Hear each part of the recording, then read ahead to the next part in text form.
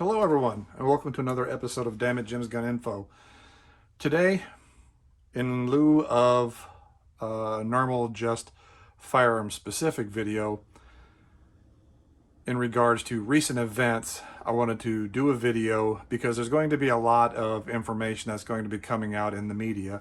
And unfortunately, the news agencies are going to be putting out biased and conflicting information, confusing information, and I wanted to try to provide more information for you if you are not aware of the manner in which firearms work. This will probably help you understand a little bit more in regards to blank ammunition regarding the recent shooting incident on a movie set. So,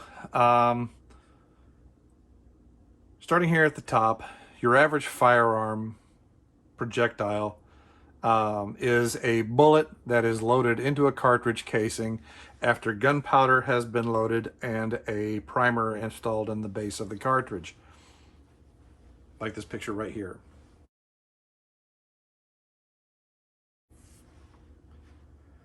So, just to give you some kind of an idea, the military uses blanks a lot, and they use it for training purposes. Sometimes they'll have miles gear, which will attach to your gun, so whenever a blank goes off, it sends a beam, and you'll wear a vest that has receptors on it. You may have seen like laser tag, and that's effectively what it ends up doing. But the blank causes the action to cycle. So this is your standard 20-inch AR-15 rifle, 20-inch barrel. So we're going to start here real briefly at the top. First thing you should always end up doing is always treating every firearm like it's loaded. Whether you think it's loaded or not, whether somebody tells you it's loaded or not, always have the concept, this firearm is loaded. Okay? So if you treat every firearm like it's loaded, you're less likely to have a negligent discharge because you're pointing it in a safe direction at all times. Always be sure of the backstop, what it is that you're shooting at and what is beyond it, to make sure that you're not shooting through a paper target at 50 yards, but 300 yards beyond that paper target is a school or a house or a shopping center or county road, something along those lines. Make sure that whatever you're shooting at and beyond it is safe to shoot at. Don't point a gun at anything you're not willing to shoot and or destroy or kill. So those are just some off the top of your head safety features, safety measures that you should always consider. Every gun is loaded, even an empty one. If you have that mindset that every gun is loaded, even an empty one, you're going to treat it with respect and you're going to treat it and operate it safely. So with that in mind, the unfortunate events that happened out at that movie set were apparently, according to the information, that a live cartridge was mixed in with blank ammunition or dummy ammunition. And some people get confused as what is a blank, what is a dummy, what is a live round, all that kind of stuff. How blanks work in Hollywood, different things along those lines, how blanks work in the military. So in Hollywood, they will take a regular firearm like this, and they will put a different style of muzzle brake on, which will then occlude the barrel, which means that allows the blank to fire and cause gas buildup inside the barrel, and then to operate the gas system and cycle the action to eject the cartridge. Okay, so it'll eject out the side every time you pull the trigger, and they'll have just enough of space up here so you see the muzzle flash and stuff like that of the gases blasting out the occluded front area, stuff like that. So you see that in the movies and stuff. Whenever you actually look at the ends of the barrels, you'll see the protrusions. If I can find a picture, I'll put one right here. And that's a Hollywood blank adapter where they just thread on a different muzzle brake, which then allows you to shoot blanks in your firearm and maintain the look of a live firearm. What the military does is they use what are called blank firing adapters. That's what these are over here. And I'll get into their operation in a second. But I wanted to give a quick overview of the difference between a lot of rounds. So for example, these are 45 ACP live cartridges. Okay, this is a hollow point Hydroshock. This is another hollow point. Okay, and this is a ball round, 230 grain standard 45 ACP ball round. Whenever you actually look at a dummy cartridge, they look almost nearly identical, finish notwithstanding. But whenever you turn them over, you can see the live primer in this one and a little dimple so that your firing pin doesn't impact the bottom of it if you dry fire this in your firearm for loading it into your magazines. For example, when some people do gunsmithing on their firearms, one of the things that they will end up wanting to adjust sometimes is the feeding mechanism of the firearm, adjusting magazines and or the feed ramp, different things along those lines to make sure that your gun feeds rounds properly or reliably. So what they'll do is that they'll use these type of dummy rounds to simulate live rounds so that there's no chance of the firearm going off. So that way you can safely check the feed and function of your 1911 because you've removed the old barrel and you're pulling a fully supported barrel or semi-supported barrel in there, and you want to polish the feed ramps and the whole 9 yards to make sure it's going to feed properly with X magazine. So you would load the magazine with these, then you would manually cycle the firearm to check the feed mechanism to make sure it's feeding properly, just as an example. Over here, I have the 5.7. Okay, this is a 5.7 dummy round and a 5.7 live cartridge. It's 5.7 by 28 millimeters is what this is. It's the same gun as the Ruger FN, or as you were the FN 5.7 and the Ruger 57. They both shoot this cartridge. And then you also have the FN PS or P90, like you've seen in Hollywood movies and stuff like that. It's a very short weapon. It was originally designed for PSD details or personal defense guns for rear echelon people for NATO. But getting back into this is, as you can tell, again, they look very, very similar. They look like live rounds. They both look almost identical. Slight bullet weight change. I think this one's a little bit lighter. But whenever you actually look at them from the front, they look like live rounds. But when you flip them over, you can see the live primer on this one, the silver, and you can see the rubber that fills the cartridge on this one here. So that way you can dry fire the gun with the round in the chamber as you are cycling dummy rounds to make sure that your firearm is functioning properly without the fear of the gun going off. Again, you're always maintaining the safety rules in course with firearms. So while they look like live rounds, this one is actually in fact a dummy round, and this one is in fact an actual live round, though they look similar. Moving over here, we have 300 blackout. So we have a ballistic tip 300 blackout projectile here with a live primer. We have a Wolf 300 blackout round, the gold live primer. We have 150 grains lead soft nose live round with the primer.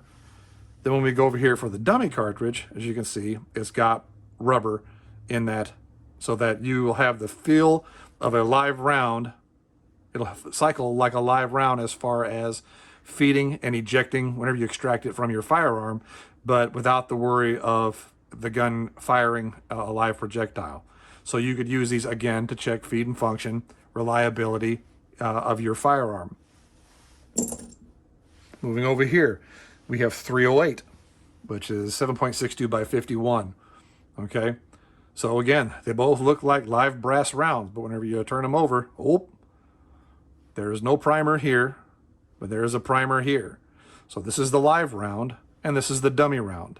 Again, you'll see these in movies and stuff like that when you're watching Band of Brothers or other vintage war movies, such as Saving Private Ryan.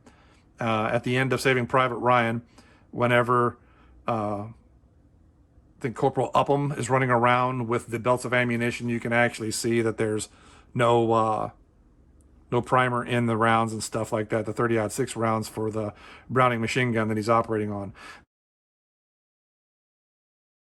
But again, this is so that you can actually load them into magazines and actually try the feed and fit and function of the cartridge in your rounds in your weapon to make sure that it is operating properly when it comes to feeding and ejecting rounds.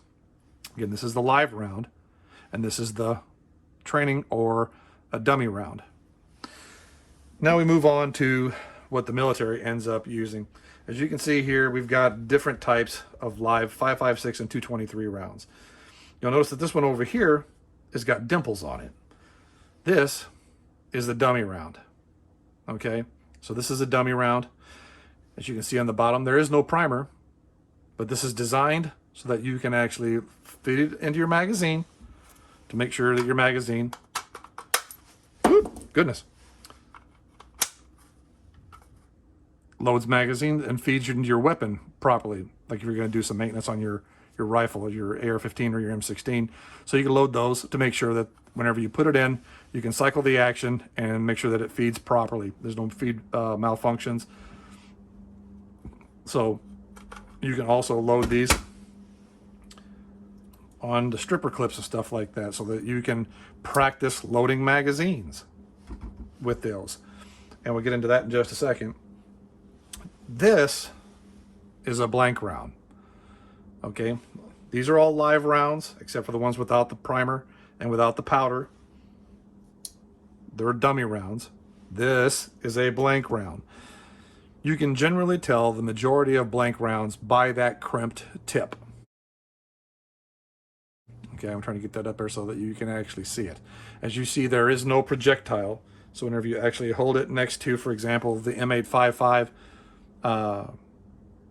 round that the standard issue 62 grain, NATO projectile that the military uses, there's no projectile in this. So whenever it fires, the pressure builds up inside the cartridge casing and then pushes those crimped lips open, allowing the gas to escape, and then it goes down the chamber, down the barrel, till it hits the obstruction. And if there's no obstruction, you're going to get a really loud bang. Unfortunately, people play around with these whenever they're in the military. And what they'll do is sometimes they'll put cleaning rods down the barrel after they load a blank and fire cleaning rods into trees, different things like that. Very unsafe behavior, and it's not recommended. But again, what these end up doing is it causes a pressure buildup inside the barrel, which then would hopefully, if there's an obstruction here with the Hollywood blank firing adapter or the military style blank firing adapter, the pressure builds up and activates the gas system to cycle the firearm to eject the spent cartridge and to put a new live or put a new blank cartridge in. You would not want to shoot live ammunition with any kind of blank firing adapter attached to the barrel of your firearm. You will blow your barrel up and possibly injure yourself and or bystanders. So this is a standard 5.56 blank. Okay, it's got a live primer in the bottom of it there. It's got powder. I don't know if you can hear it, I can feel it, but you can possibly hear it whenever you shake them, but it's got powder inside of it. Okay, so what the military does is if we're going to use these, they'll take a blank firing adapter of the appropriate one. For example, M4, you'll put the M16 one on there. They've got one for the M16 that somebody spray painted that one. And what you do is you unthread this screw and the whole piece comes out and retracts. Then what you do is you take your barrel, slide it over to that first notch in your barrel, slide it in. Before we're ready to do that, I'll show you. So pressure does build up and it is vented through here, it goes down this tube. And as you can see, there's a little bitty hole right there. And that allows a little bit of gas to come out there. So what you did, again, like I said, what you do, it's red or high visibility, so you know it's a blank firing adapter on these firearms. So then what you do is once you get it fit into that first notch, then you just spin it, threading it on into place. And you just keep going until it gets tight. Then once it gets tight on there, what it does is it fully occludes the barrel so that it's nice and tight. Okay, so now whenever gas on a blank is fired, the gas travels down the barrel, hits this obstruction, builds up inside the barrel, goes up in the gas tube above the barrel, goes inside through that little silver tube right there inside, and cycles the firearm by putting pressure inside the gas key of your bolt, and then it causes the firearm to cycle. So you can go out and you can fire these full automatic, semi-automatic, burst mode. We usually end up operating in military firearms with these blank firing adapters on them. There's an additional firearm blank firing adapter that you can put on your M60 machine guns. They've got them for the M249 Bravos. They've got them for, I think, the M240 Bravo machine guns as well, that'll allow you to shoot the blanks in the guns that are military issue firearms. They just put the blank firing adapter on there, get the belts of the blank ammunition, and that way you can have military exercises with those weapons. Bearing in mind that usually, again, the blank firing adapters are high visibility to prevent misunderstanding or misbelieving that a firearm is actually live. Also, one additional thing I wanted to point out is we have, because they come in different colors, are called barrel covers. It's a shoot through, which whenever you fire a gun, the pressure builds up behind it and it will blow it off your muzzle brake. But what you do is you slide this over, and what it does is it just keeps your muzzle from getting dirt and dust and stuff like that down the barrel. So when you fire it, the pressure builds up behind it, the round will go through and it will blow that off. They come in different colors like orange and red and different things like that for safety purposes. But this is not a blank firing adapter. It's just a piece of plastic that keeps dirt and debris from going in there, so that you know that it's got blanks in it.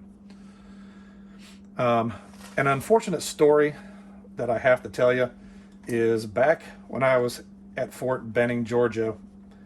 I was with Field Artillery Unit at the time, and I think it's 110 Infantry was a sister unit.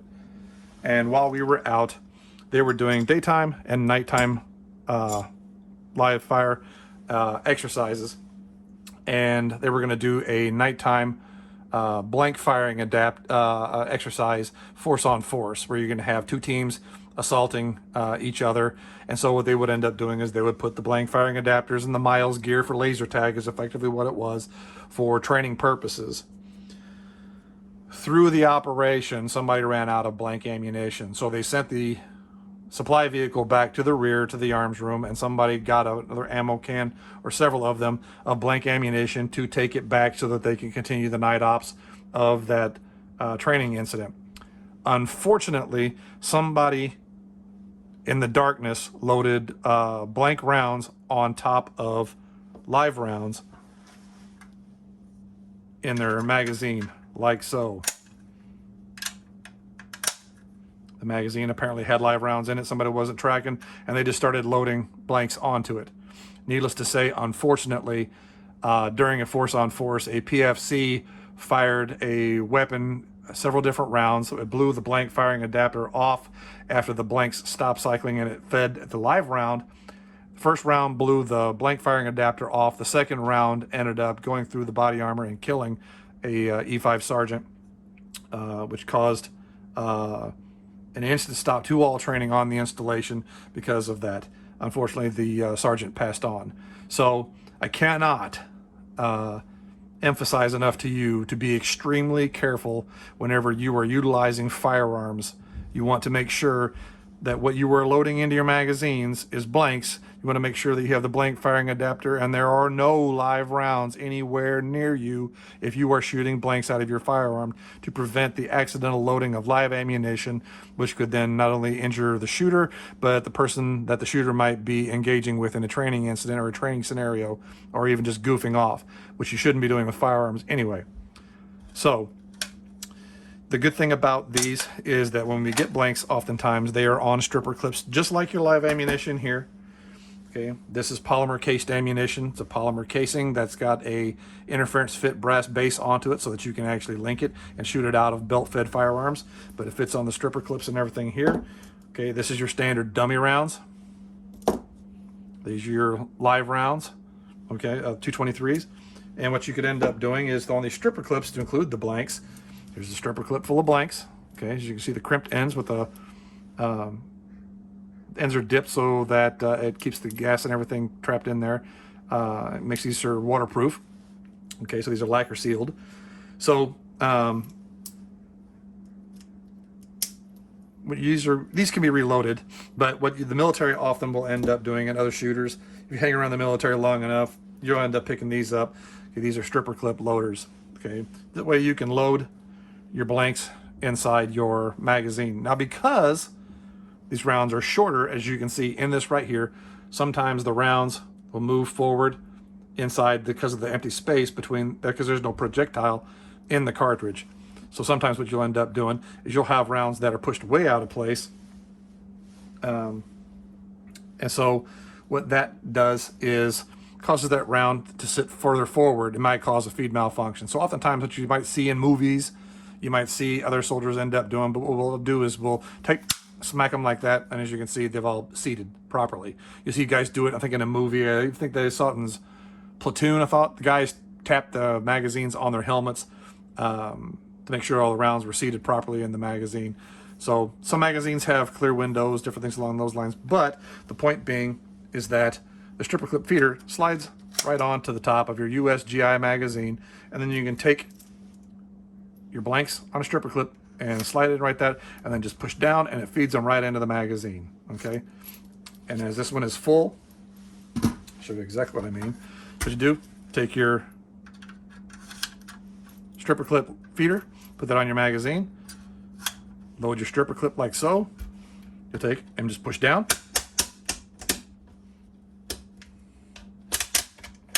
And now you have a fully loaded magazine. It just comes right off, and there you go. So now you do that 3 times, and you've got a fully 30 round loaded magazine of blanks, so that you can then put them in with your blank firing adapter, and then you can do force on force miles training with the laser tag finding, or tag type system that they end up having.